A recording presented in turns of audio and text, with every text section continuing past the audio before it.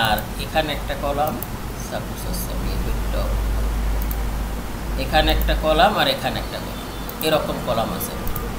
Column থাকার পর client কইল যে এই তিনটা তুমি এমনই একটা আর্ক নেবা যেটা তিনোটা কলাপস, মানে তিনোটা যে আমি 3 পয়েন্টে চাই, যে তিনটাও কলাম আছে, এই তিনটে কলামই আর্কটা আমি চাই যে তিনোটার মানে তিনোটার সাথে যেন আর্ক থাকে, মানে আর্কের মাধ্যমে আমি এরকম একটা, এরকম প্লান্ট হতে পারে, বিভিন্ন রকম হতে পারে, সেটা আপনি এখান থেকে আর্ক নেন।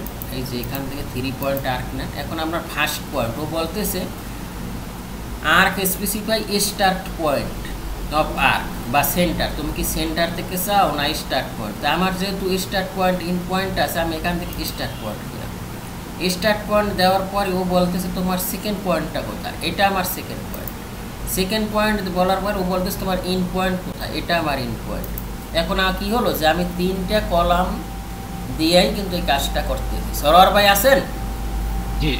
তাহলে এইরকম আমরা কিন্তু এরকম আর্ক দিতে পারি।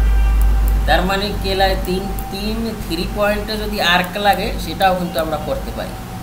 ঠিক আছে, এই আর্কটা খুবই ইম্পর্টেন্ট। আর এখান থেকে আমরা কি করতে পারি, 3 পয়েন্টে কিন্তু সার্কেলও নিতে পারতাম। 3 পয়েন্টে সার্কেল নিলে কি হবে, টোটাল জিনিসটা ধরবে। 3 পয়েন্ট সার্কেলও আছে, 3 পয়েন্ট আর্কও আছে। যদি 3 পয়েন্ট সার্কেল বলতো তাইলে কি হবে, এখান থেকে এখান থেকে এখান থেকে এভাবে হতো। তাইলে তো আর বুঝতেছেন, এইটা আবার আপনারা ভুল বুঝছেন না, যখন যেখানে যেটা দরকার হবে ওখানে ওইটা আমাদের ব্যবহার করতে হবে। তখন আপনার বলবেন স্যার আমি যদি এইভাবে নেই তাইলে এইভাবে হয়, তাহলে ও এভাবে হইলে এভাবে দিবে।